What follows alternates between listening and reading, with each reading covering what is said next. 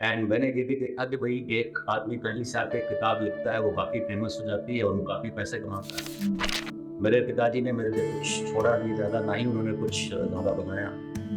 तो फिर मुझे लगा कि नहीं, अगर मैं किताब लिखूं और अगर वो किताब चले तो शायद थोड़े से पैसे बन जाएं और शायद उस पैसे से मैं अपनी बेटे की सर्जरी करा सकूं। ये स्पाई वर्स में घुसने का आपको मोटिवेशन कहाँ से आया?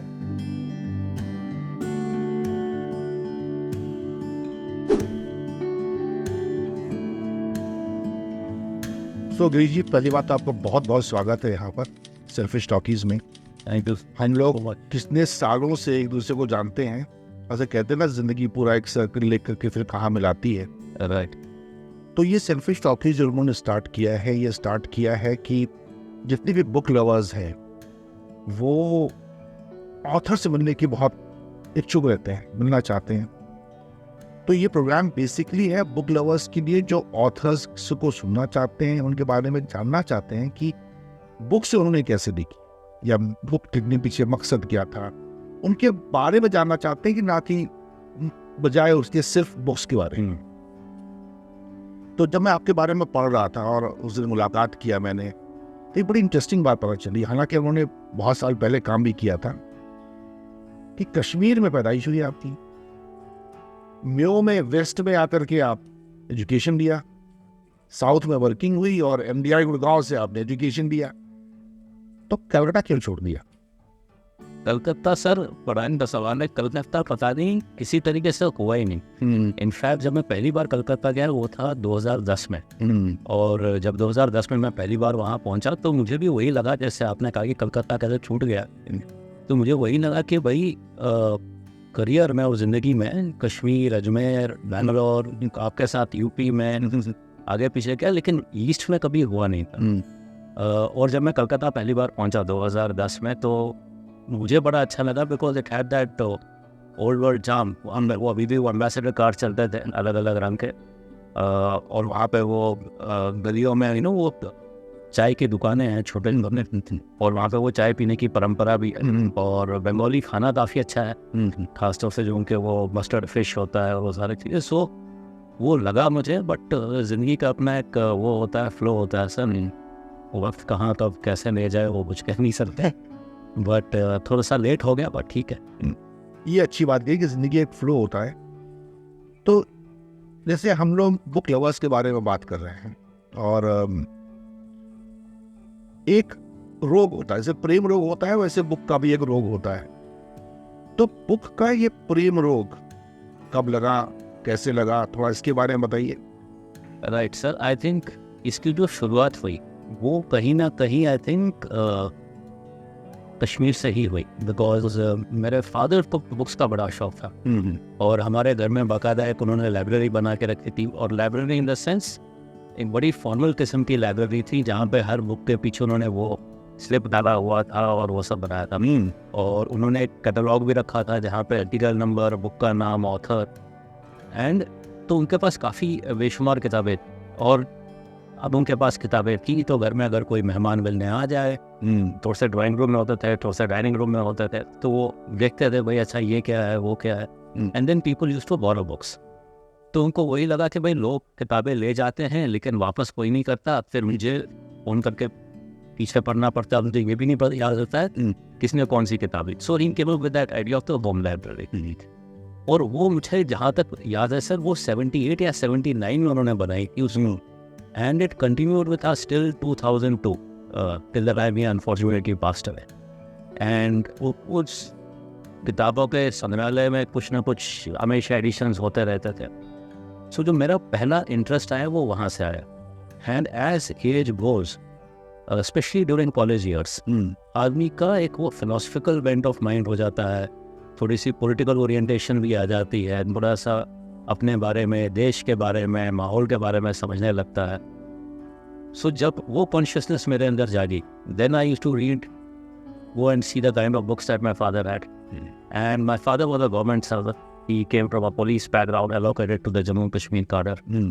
So उस माहौल में रह के वहाँ पे वो, अब जाहिर सी बात है उन्हीं चीज़ों को थोड़ा सा ना, उनके पास किताबें भी ऐसे ही थी तो मैं पढ़ने भी वैसे ही लगा। सो मेरा इंटरेस्ट जो है प्राइमरली वहाँ से शुरू हुआ।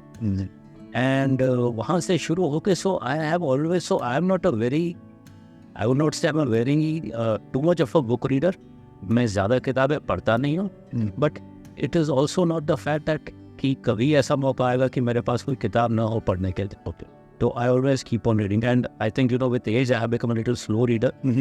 सो करंटली जो अभी मैं किताब पढ़ रहा हूँ वो है जवाहरलाल नेहरू जी की वो glimpses of world history. And काफी मोटी किताब है वो. काफ़ी मोटी किताब है. And what is even more fascinating about that book is that he is written it from memory. तो पूरा दुनिया का कैनवस अपनी याददाश्त से उसको निकालना, लिखना और अपनी बेटी के लिए लिखना. So I found it to be quite fascinating. So glimpses of world history के अलावा अभी एक वो जगमोहन जी की किताब थी फ्रोजन टर्बुलेंस इन कश्मीर, एक वो पढ़ रहा हूँ. एक पाकिस्तान के ऊपर किताब है, पाकिस्तान न्यूक्लियर वेपन्स, एंड उसको एक वो वाला पढ़ रहा हूँ. फोर्थ इज एक शशि थरूर जी की किताब है pride, prejudice and punditry, is a collection of his article, और तो वो पढ़ रहा. सो इसमें अगर आप देखेंगे मैनेजमेंट की एक भी किताब. अच्छा, इसमें इंटरेस्टिंग बात ये बड़ी अच्छी लगी कि आपने कहा कि मैं ग्लिम्पसेस ऑफ वर्ल्ड हिस्ट्री पढ़ रहा हूँ, प्लस फिर आपने बताया कि आप शशि थरूर जी की किताब पढ़ रहे हैं. मेरे साथ भी अक्सर कभी ऐसा होता है कि मैं 2-3 किताबें एक साथ पढ़ने की कोशिश करता हूँ. बट डू यू थिंक कि क्या हम एक किताब के साथ उतना डीपली जस्टिस कर पाते हैं जब हम 2-3 किताबें एक साथ पढ़ते? You are very right. शायद हम एक किताब के अंदर उतना घुस नहीं पाते. That is the right expression. अगर हम 4-5 किताबें इकट्ठे पढ़े, लेकिन मैंने अपने साथ और ही चीज़ देखा है. जब मैं कोई फिक्शन की किताब पढ़ता हूँ, जो मैं बहुत रेयरली पढ़ता हूँ, लेकिन अगर कोई फिक्शन की किताब अच्छी आ गया तो I have this habit of continuing that. वो मैं मेरे ख्याल से एक हफ्ते के अंदर खत्म कर लूँगा. बट ये जो नॉन फिक्शन किताबें होती हैं, अच्छा सर, उसमें और एक चीज़ है दैट ये भी देखा जाना चाहिए कि वो किताब की लेवल ऑफ सीरियसनेस कितनी है. अब glimpses of world history is not a frivolous book by any standard. काफी सीरियस किताब है वो जगमोहन जी की किताब on Kashmir is again a very serious. Pakistan nuclear weapons is again a very serious. So when you are reading something quite serious like this, I think the reason at least जो मैं किताबें shift करता हूँ वो इसलिए भी है थोड़ा सा, perhaps you want a break from that for some time. And so again what happens is, let us say मैंने Monday, Tuesday एक किताब पढ़ ली, थोड़े से chapters. Then Wednesday I'll probably read something else. Thursday, Friday हो सकता है मैं कुछ पढ़ूँ ही नहीं. और क्योंकि मैं किताबें लिखता भी हूँ तो फिर मैं कभी कभी रात को पढ़ने के बदले मैं लिखना शुरू कर लेता हूँ. So that is the way it goes. अब हम लोग इसी पे आने वाले थे कि पढ़ने की में आपको लिखने का शौक कैसे लगा और कब से लगा, और एक बात और, उसके भी पहले क्यों लगा? सर देखिए, जो मैंने पहले लिखना शुरू किया फॉर्मली, वो मैंने कॉलेज के दौरान शुरू किया था. तो that was in 91-92 I think. और वो कैसे शुरू हो गया तो कुछ कह नहीं सकते, लेकिन आई थिंक मैंने आर्टिकल्स लिखना शुरू किया किसी चीज़ के ऊपर. और मैंने कहा ना, कॉलेज के दिनों थोड़ी सी एक कॉन्शियसनेस जागती है, चाहे वो पॉलिटिकल हो, चाहे वो फिलोसफिकल हो, सोशल हो, इकोनॉमिक हो. तो मैंने उन चीज़ों के बारे में लिखना शुरू किया. सो कॉलेज के दिनों में I wrote a bunch of short stories, poems, ghazals, essays, वो सब चीज़ें लिखे. अच्छा, वो उन दिनों आप हाथ से लिखते थे. So I wrote on diaries and booklets and stuff, and वो उसी तरीके से स्टोर रही. लेकिन उसको मैंने कभी एज ए बुक पब्लिश किया नहीं. ओके, मेरी पहली किताब थी yes sir. So yes sir जो मैंने लिखा वो एक ऑफ द मिक्स ऑफ क्या कहना चाहिए, a financial situation versus some influences which I had. So हुआ ये दैट एक सीरियल आता था यस मिनिस्टर, तो मैं वो देख रहा था. बड़ा पॉपुलर सीरियल था BBC का. सो उन दिनों मैं वो देख रहा था. एंड तभी चेतन भगत की किताब आई थी 5 Point Something. अच्छा, तो वो जब मैंने ये किताब ही पढ़ा, वो किताब काफ़ी फेमस हो गई. तो जब मैंने वो किताब पढ़ा एंड वो सीरियल देखा, फिर मुझे लगा कि भाई ये ऐसी अगर चीज़ मैं खुद कर पाऊँ कैसा रहेगा. एंड मैंने ये भी देखा कि भाई एक आदमी कहीं से आके किताब लिखता है, वो काफ़ी फेमस हो जाती है और वो काफ़ी पैसे कमाता है. सो उन दिनों what happened was that my son unfortunately was born with a medical condition. He had a hearing loss. So अब उनकी सर्जरी करानी थी, उसके काफ़ी पैसे थे, तो उतने मेरे पास उतने थे नहीं। मेरे पिताजी ने मेरे लिए कुछ छोड़ा नहीं ज़्यादा, ना ही उन्होंने कुछ ज़्यादा बनाया। तो फिर मुझे लगा कि नहीं, अगर मैं किताब लिखूं और अगर वो किताब चले तो शायद थोड़े से पैसे बन जाएं और शायद उस पैसे से मैं अपने बेटे की सर्जरी करा सकूं। तो ये 2008 की बात थी। अच्छा। तो तब मैंने यस सर लिखना शुरू किया, लेकिन वो 2008 और 9 में आई थिंक अबाउट 80% लिखा। फिर उसके बाद 2010-11 में वो जो पैसे की नीड थी जितनी भी थी, वो भगवान ने कहीं ना कहीं से चोरी कर ली। फिर वो किताब वहीं की वहीं रही। फिर 2014-15 में मुझे याद आया, मैंने कहा भाई वो किताब भी तो लिखी थी, उसको खत्म कर लेना चाहिए, क्योंकि ज़्यादा लोग किताबें लिखते नहीं हैं, और अगर मैंने लिखा तो फैमिली में बड़ा अच्छा रहेगा, बच्चों को बड़ा अच्छा लगेगा। फिर मैंने 2016 में उसको कंप्लीट करके एक बड़ा फॉर्मल बुक रिलीज़ किया, अपने दोस्तों को बुलाया, वो सब ताम झाम के साथ उस किताब को रिलीज़ की। And that book did quite well, I would say, because I got अनजान लोगों से मेल आ जाता था, कभी किसी का व्हाट्सएप मैसेज आ जाता था, भाई तुमने वो लिखा, बड़ा अच्छा लिखा। एंड अक्सर मेल्स ही आते थे, and then it was LinkedIn में मैसेजेस आ जाते थे। So then it was quite interesting to engage with a lot of people that you never knew. And yes sir is a book about corporate humor, कि office में क्या क्या चीज़ें होती हैं, and it covers a very wide ranging things, meetings, आपके conference calls, आपके meeting rooms के लिए जो लड़ाई होती है वो वाली, आपके ऑफ साइट्स जितने भी हंसी मजाक होती है HR डिपार्टमेंट को लेके, अकाउंट्स को लेके, सेल्स के जो चैलेंजेस होते हैं, वो सारी चीज़ें। सो मेरी फर्स्ट किताब उस तरीके से लिखी गई। इनफैक्ट अगर आपको याद हो, उसमें आपके नाम पे एक कैरेक्टर भी है, संजय श्रीवास्तव, जो मैंने आप ही का वो दिखाया है, यूपी के रीजनल मैनेजर है, जहाँ पे मैं आप देखते पहली बार एज अ ट्रेनी काम किया था मैंने। सो यस सर जो है वो थोड़ी सी रियल लाइफ से भी इंस्पायर्ड थी। अगर आप जैसे आपने पढ़ा है वो किताब, उसमें वो सारी चीज़ें, ट्रक जर्नी, वो सारी चीज़ें लिखे हुए हैं जो मेरे करियर में थे। So it was real life inspired. जब यस सर पब्लिश हो गई, उसके बाद मेरी बेटी ने एक दिन मुझे कहा, जब मैंने कहा ना वो मैंने गज़ल्स और वो सब चीज़ें लिखे थे कॉलेज के टाइम पे, तो वो एक दिन मुझे मिल गए कमरे में, घर में कहीं पे। तो फिर मैंने बच्चों को दिखाया, मैंने कहा भाई मैं कॉलेज में ये लिखता था, तुम लोगों को गज़ल? हाँ, गज़ल्स। अरे वाह, क्या बात है। तो मैंने कहा कि भाई मैं ये लिखता था, short stories and ghazals and essays, you should also write. So मेरी बेटी ने कहा कि भाई पापा, why don't you make a book out of it. मैंने कहा नहीं, बुक की जरूरत नहीं है, that first book yes sir is already there, this is just for you. He said नहीं, आप इसका बुक बनाओ, even we will feel nice that we have a second book. Okay. सो मैंने कहा भाई हाँ, ये इनका खासतौर से जब उसने कहा ना that we will feel nice, मैंने कहा नहीं, बच्चों ने कहा है मतलब ऑलरेडी है तो क्या करना, बना लेते हैं किताब। अच्छा, अब चैलेंज ये था, वो सारी लिखी हुई थी, अब ये ज़माना कंप्यूटर्स का है, then I had to hire someone, और फिर उसने उसको पढ़ के बेचारी ने टाइप किया। अच्छा, उसमें वो जो गज़लें थी सर, वो मैंने ओरिजिनली उर्दू में लिखी हुई है। You right Urdu also? I right Urdu. अच्छा, वो उर्दू में लिखी थी, अब फिर उसको मुझे उर्दू से हिंदी में ट्रांसलेट करके उसको देना पड़ा। अब हिंदी ट्रांसलेशन के बाद जब वो प्रिंट में गया, सिंस प्रिंटिंग आजकल कंप्यूटराइज्ड है, तो उस हिंदी वो इन एन इंग्लिश बुक वो लाने में ही काफ़ी टाइम लग गया। बिकॉज जैसे आप लिखते हैं, कभी अगर आपने लिखा कभी, वो कभी नहीं आएगा, वो वहाँ पे कीब करके आता था। अच्छा। वो ई की मात्रा इधर आ जाती थी, फिर आप उसको ठीक करेंगे, फिर वो कभी बड़ी भी के बदले वो छोटी ई की मात्रा आ जाएगी, तो वो करते करते काफ़ी टाइम लगा। सो मेरी जो पहली 2 किताबें हैं सर, यस सर और महक, वो इसी तरीके से निकली। अच्छा, वेरी गुड। सो यहाँ पे किताब में तो आपने एक कॉर्पोरेट जर्नी के बारे में लिखा है, और चूंकि हम लोग मिले भी थे, आज से बहुत साल पहले मिले थे, और वो बुक यस सर आपकी रियल लाइफ से इंस्पायर्ड है, जहाँ पे हम लोगों ने साथ में काम किया है। तो कोई इंसिडेंस याद है आपको उस जमाने का, जहाँ पे रियल इंसिडेंस जो हम लोग के साथ बीच में गुजरा हो?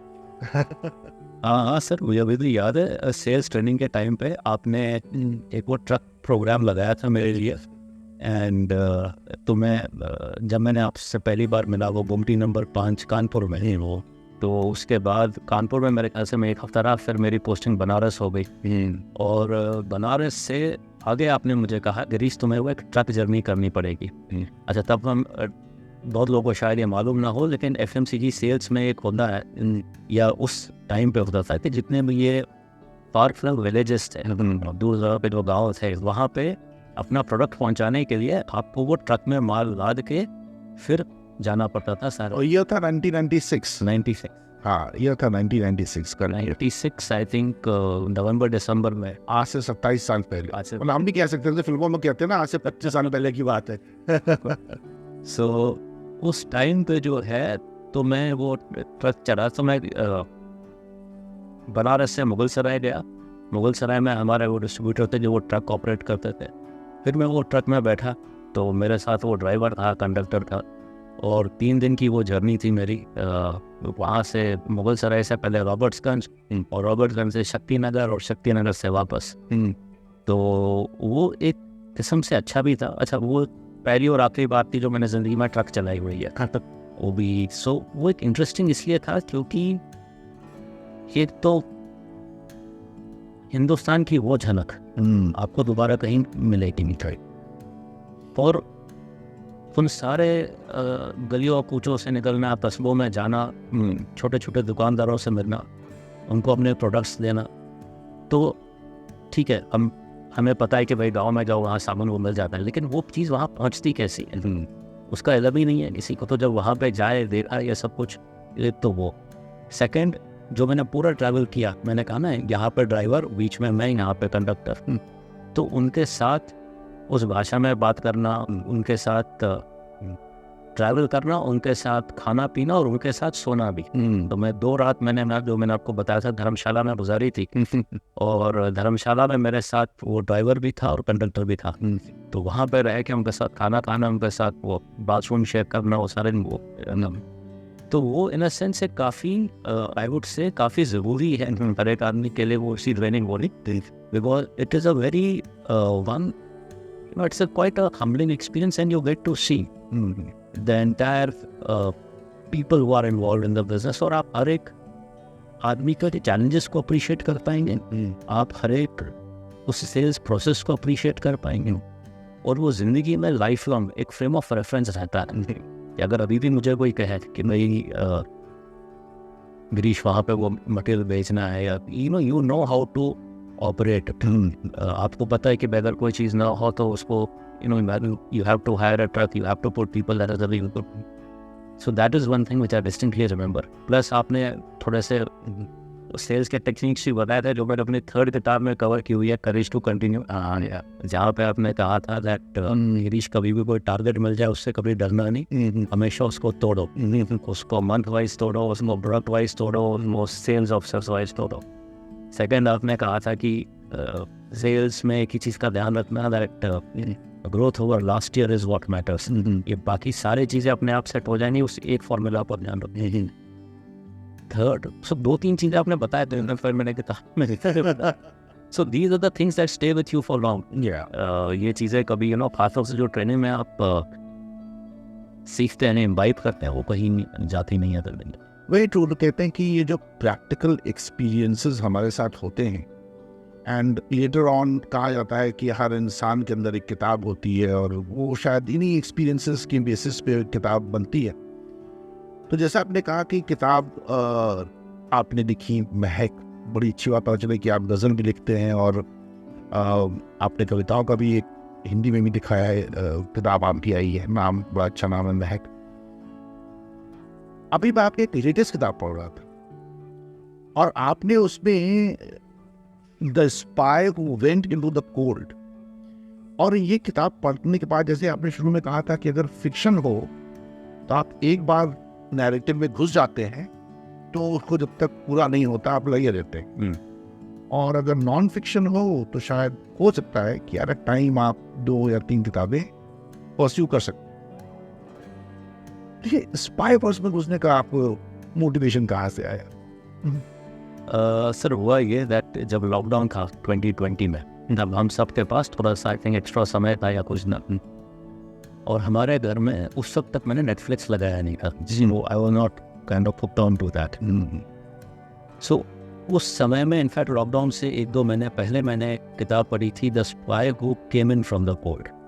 It was a book written by a guy called John le Carre, So John Vedder was a British writer, and he worked for MI6, their external intelligence wing. And he also wrote a few books while working for them, and then he left and got into full-time writing. तो मैंने जब उनकी वो किताब पढ़ी, The Spy Who Came In From The Cold, वो मुझे काफ़ी अच्छी लगी. तो लॉकडाउन के दिनों मैंने उनकी आई थिंक 8 या 10 किताबें पढ़ी. मैंने उन 15-16 2 साल 15-16 महीने या 2 महीने 2 साल. तो वो किताबें जब मैंने पढ़ी, मैं उससे काफ़ी प्रभावित हुआ, क्योंकि उनका लिखने का जो स्टाइल था वो जेम्स बॉन्ड की किताबें नहीं थी. वो they were more in terms of mind games, more in terms of analysis, more in terms of की स्पाई ऑर्गेनाइजेशन के अंदर जो लोग हैं वो कैसे काम करते हैं, उनके क्या आउटलुक होते हैं, उनके क्या चैलेंजेस होते हैं, वो एक सिचुएशन को कैसे अप्रोच करते हैं. तो वो मुझे काफ़ी अच्छा लगा. सेकंड, जैसे मैंने आपको बताया, मेरा फैमिली बैकग्राउंड पुलिस का रहा है और डैडी कश्मीर में पोस्टेड थे. तो जाहिर सी बात है कि जब आपकी पैदाइश एक उस माहौल में हो, और उस वक्त 1990 से वहाँ पर टेररिज्म भी शुरू हो गई. सो घर के बातचीत में ये सारे चीज़ें, पाकिस्तान, इंडिया, टेररिज्म, प्लस उसके बाद ये काफ़ी किताबें भी आने लग गई, आर्टिकल्स आते थे, न्यूज़ आर्टिकल्स आते थे, वीडियोस आते थे. सो वो एक थोड़ा सा माहौल था उन चीज़ों का घर में. सो 2021 में मैंने सोचा कि भाई ये जो मैंने किताबें पढ़ी हैं जॉन ले कैरे की, प्लस जो मेरा बैकग्राउंड है, अगर मैं इन दोनों चीज़ों को मिलाकर एक रॉ वर्सेस ISI के बारे में किताब लिखना शुरू कर लूँ, या स्पाइंग के ऊपर किताबें लिखना शुरू कर लूँ, तो कैसा रहेगा. सो उसके बाद मैंने ये लिखी, the spy who went into the cold. तो जैसे आप जानते हैं, इस किताब का जो जिस्ट है वो ये है दैट थोड़े से एजेंट्स आते हैं इंडिया में जिनको in a week of their arrival they are shot, and then the other side starts thinking कि भाई ये बात जो थी इन 3 लोगों के बारे में हिंदुस्तान के एजेंसी को पता कैसे चला. फिर उनको लगता है कि ये हमारे में से ही किसी ने ये बात वहाँ भेजी हुई है, and then they start that investigation. So this entire book is about that investigation, that interrogation. वो ढूंढना चाहते हैं कि भाई वो कौन था जिसने ये इन्फॉर्मेशन इंडिया को लीक की, and India is keeping a watch कि भाई वो इन्वेस्टिगेशन कैसे प्रोग्रेस कर रही है, और एंड मौके में वो वहाँ से किसी को निकालते हैं. तो आपने किताब पढ़ी, आपको पता है twist in the end. So उस तरीके से मैं लिखा है, in the end there is a fantastic twist. But having said that, this is a book of peace. मैंने अपने आखिरी के चैप्टर में वही लिखा है दैट ये जितने भी चीज़ें होती हैं, ठीक है, वो अपनी जगह है, नेशनल इंटरेस्ट अपनी जगह है, but at the end of the day both sides must Endeavour towards walking the path of peace. इसमें एक जगह मैं पढ़ रहा था, मैंने यहाँ पे इसको फ्लैग भी लगाया हुआ है कि आपका जो नैरेटिव है वो तो बड़ा ही पावरफुल नैरेटिव है, बिकॉज एक होता है स्टोरी टेलिंग, आप कहानी सुना रहे हैं, और एक होता है कि उसी स्टोरी में आपने रीडर को एक काम भी दे रखा है, भाई ढूंढो ये क्यों कहाँ पे. I really like that. और ऐसा बड़ा कम होता है कि मैं किसी किताब को 2 या 3 दिन में ख़त्म कर लूँ, क्योंकि मैं किताब जब पढ़ता हूँ तो काफ़ी अंडरलाइन करके पढ़ता हूँ, और इसीलिए शायद मेरे को पेपर बुक बहुत पसंद है, और मैं किंडल पर नहीं पढ़ पाता किसी वजह से. इसमें एक बात आपने लिखी है जहाँ पे आपको कोट करना चाह रहा था, बताना चाह रहा था, वो था having an office meant being relevant. अब इस लाइन को मैंने अंडरलाइन किया है कि चलिए अगर भाई स्पाई वर्सेस थोड़ा बाहर निकल के आते हैं थोड़ी देर के लिए, तो क्या ऑफिस में जाना, और खासकर कोविड के बाद हम लोग देख रहे हैं कि लोग ऑफिस में नहीं जाते हैं, वर्क फ्रॉम होम करते हैं, तो क्या अपने आप को रेलेवेंट प्रूव करने के लिए हम लोगों को ऑफिस में जाना जरूरी है? वो जो लाइन है पर्टिकुलरली इससे वो एक रिटायर्ड ऑफिसर के बारे में है, अबाउट मिर्जा साहब. वो रिटायर्ड फ्रॉम द सर्विस, और वो फिर काम शुरू करते हैं, तो फिर वो ऑफिस जाते हैं, कहते हैं being in office mean bent relevant. अब हुआ ये दैट मैंने भी ये रियलाइज़ किया दैट कोविड के दौरान हम सब घर से काम करते थे. उसके बाद जब बाहर जाने के लिए परमिशन मिली, या थोड़े से नॉर्म्स जो थे वो रिलैक्स्ड हो गए, तब मेरे पास चॉइस थी, या तो मैं घर पे बैठ के काम करूँ या मैं ऑफिस जाऊँ. And I realized that going to the office makes you much more disciplined and much more productive. I also realized that what had also happened that many people, after a certain age, especially in the private sector, are not unfortunately employed. And many people unfortunately lose their jobs because COVID, cost cutting, making way for the younger people and losing. So कहीं ना कहीं when you go back to the office, आपको लगता है कि नहीं, मैं किसी काम का हूँ, ये काम मेरे लिए है, मैं ये कर रहा हूँ, मैं कुछ अपने ये करूँगा. एंड वो एक साइकोलॉजिकली काफ़ी इंपॉर्टेंट होता है आदमी के लिए, for him to keep going in life. And इस किताब में जहाँ पे वो लाइन आती है, it comes for a person who is retired. And अब मेरे फादर के जो कलीग्स थे वो सब रिटायर हो गए, घर में बैठे हैं. सरकारी नौकरी की एक अच्छी चीज़ होती है, आपको पेंशन मिल जाता है, so आपको काम करने की ज़्यादा ज़रूरत नहीं है. But a few of them have also kept themselves occupied. और वो उन्होंने अपने आप को ऑक्यूपाई रखा है या तो किसी प्राइवेट ऑर्गेनाइजेशन के साथ ज्वाइन करके या कोई इंस्टीट्यूट्स होते हैं वहाँ पे काम करके. So I realize that people who keep themselves occupied and engaged even after retirement, by having some work to do, preferably a formal work to do. I think that is very important. One, because you are relevant, one in your own eyes, which is extremely important. Second, you are also relevant to some extent for the family. देखते हैं कि भाई हाँ पापा उठे हैं, जा रहे हैं.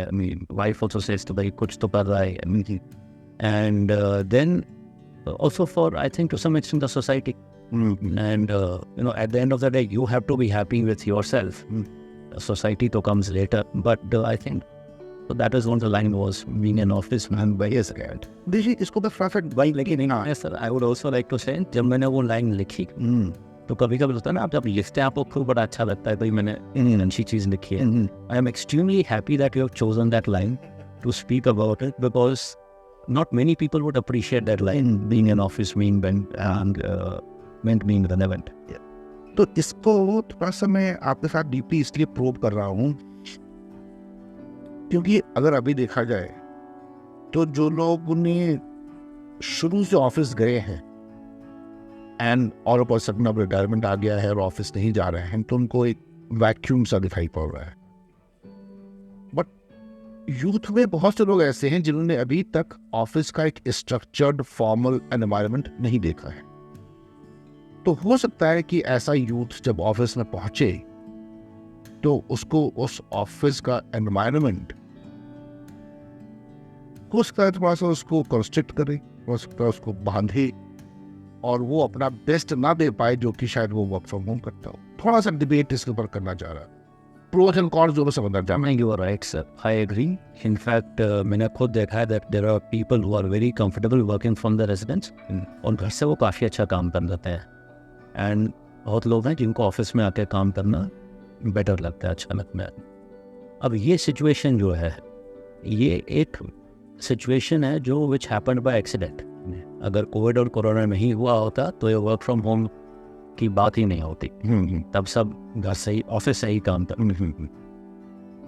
अब ये सिचुएशन आगे जाके क्या रूप लेगी, क्या शेप लेगा, कुछ कहा नहीं जा सकता. In fact I read that many IT organisations जिन्होंने एक ज़माने में वर्क फ्रॉम होम चैंपियन किया था, including Tata Consultancy and Infosys, they have now said कि no, we will shift back to a work from office situation, because that is how we feel that we will perhaps be much more productive. और अगर आप हमारे youth को, क्योंकि हम लोग चाहते हैं नहीं, जो बुक लवर्स का हम लोग ये कम्युनिटी तैयार कर रहे हैं, और ख़ासकर यूथ को कोई मैसेज अगर आप देना चाहते हैं. So I really have nothing to tell them, sir. In fact, I think आजकल के जो यूथ हैं, they are much more conscious than what we are. They are much more, I would also say, काफ़ी जुझारू किस्म के हैं. They have a mind of their own. And I would rather let it be like that, कि जो उनको अपने judgement में जो उनको सही लगे वो उसको करें, और जो भी करें लवाब से करें, पैशन के साथ. वेरी पास करता हूँ कि हर जनरेशन को उसकी एक स्पेस मिलनी चाहिए, उसको एक वॉइस मिलनी चाहिए जिसमें से वो अपने आप को एक्सप्रेस कर सके और अपने आप को आम कर सके और सक्सीड कर सके. Exactly. तो thank you very much. Sir, thank you so much. Thank you. Thank you very much.